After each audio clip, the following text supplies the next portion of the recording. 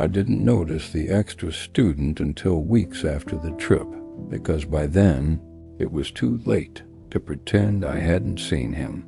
He was already standing behind us, smiling in a way that cameras shouldn't be able to catch. The Science Center field trip was supposed to be forgettable. I was a junior in high school, half asleep on the bus, more annoyed about missing lunch than excited about exhibits. The building was all glass and steel, humming with air vents and echoing voices. Our teacher, Mr. Harlan, herded us from room to room like bored cattle, reminding us not to wander. At the end of the visit, a staff member offered to take a group photo in the atrium. We lined up in 3 uneven rows, some kneeling, some standing. I remember squinting under the bright lights, the smell of popcorn drifting in from the cafe, and the camera flash popping once, maybe twice. That was it. We piled back onto the bus. Nothing strange happened that day. That's important to say. The photo didn't show up until 2 weeks later, uploaded to the school's shared drive, so parents could download it. I only clipped it because my mom wanted a copy. At first glance, it looked normal to normal. Same awkward smiles, same crooked rows. But then my eyes drifted upward. Behind the last row of students, just barely visible between 2 of my classmates, stood another kid.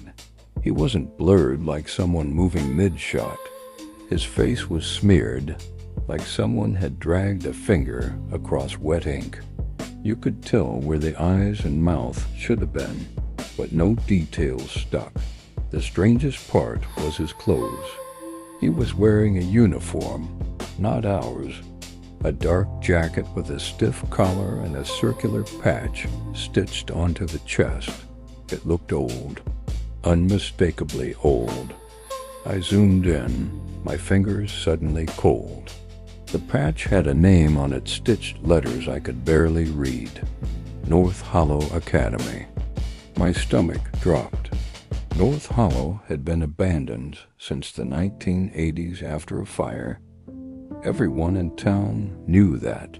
My dad used to drive past it and tell me stories about how it never reopened.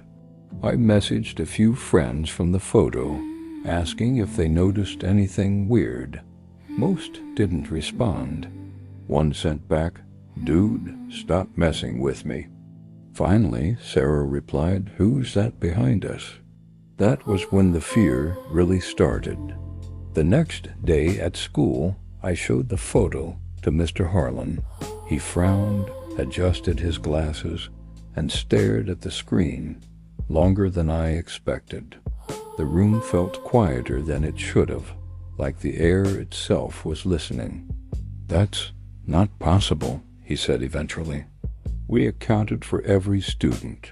I asked him about the uniform, about North Hollow. His expression changed.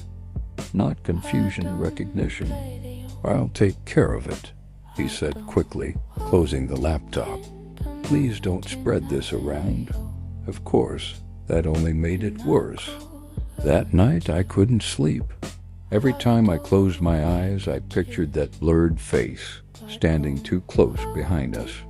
Around 2 a.m., my phone buzzed. A new message from an unknown number. It was a photo, the same class picture but cropped, zoomed in on the figure behind us.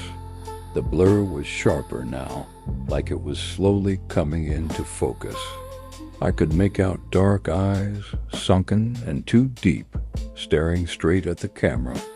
Underneath the image was a single line of text. I was told to stand here. I didn't respond.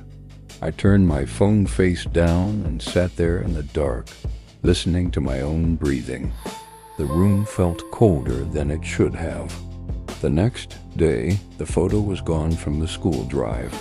Mr. Harlan was absent. The principal announced he'd taken sudden medical leave. At lunch, Sarah slid into the seat across from me, pale and shaking. She showed me her phone. She'd gotten the same message, but hers was worse. It was a different photo, a black and white class picture from decades ago. Students in old uniforms, stiff and unsmiling. And in the back row, clear as day, was a younger version of the same boy face, unblurred, eyes empty.